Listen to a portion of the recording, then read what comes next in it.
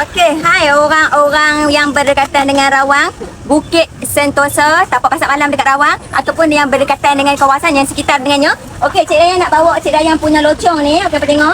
Okey, siapa yang teringin nak rasa Cik Dayang punya locong? Nampak? Locong. Ni rupa locong. Okey, so apa yang Cik Dayang masukkan lagi dalam locong? Banyak kali dah Cik Dayang tunjuk kat video ni. Nanti dia cakap, Cik Dayang, tak risau dah tengok locong tu macam mana ni. Macam mana dalam video ni Cik Dayang tunjuk, macam tu lah hampa dapat lah. Okey, kita ada jelly juga sekali, nampak?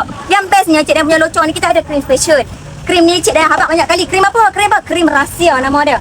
Apa tengok? Kita ada krim special. Bukan aiskrim, bukan krim cheese, bukan juga orang kata white chocolate ke mayonis ke, bukan. Okey, so dapat macam ni. Lepas tu kita nak tuang pula. Cik Dayang buat special kuah susu. Okey. Kuah dia kita memang sukat nah. Bismillahirrahmanirrahim. Nampak? Sempurna. Jadi ada yang nak mai rasa Cik Dayang punya locong. Orang-orang yang berkaitan dengan Rawang, Bukit Sentosa, tapak pasar malam bermula jam 4.30 pada hari Ahad nanti. Ahad berapa bulan? 3, 4, 5. Hari ni berapa bulan eh? Hari 3.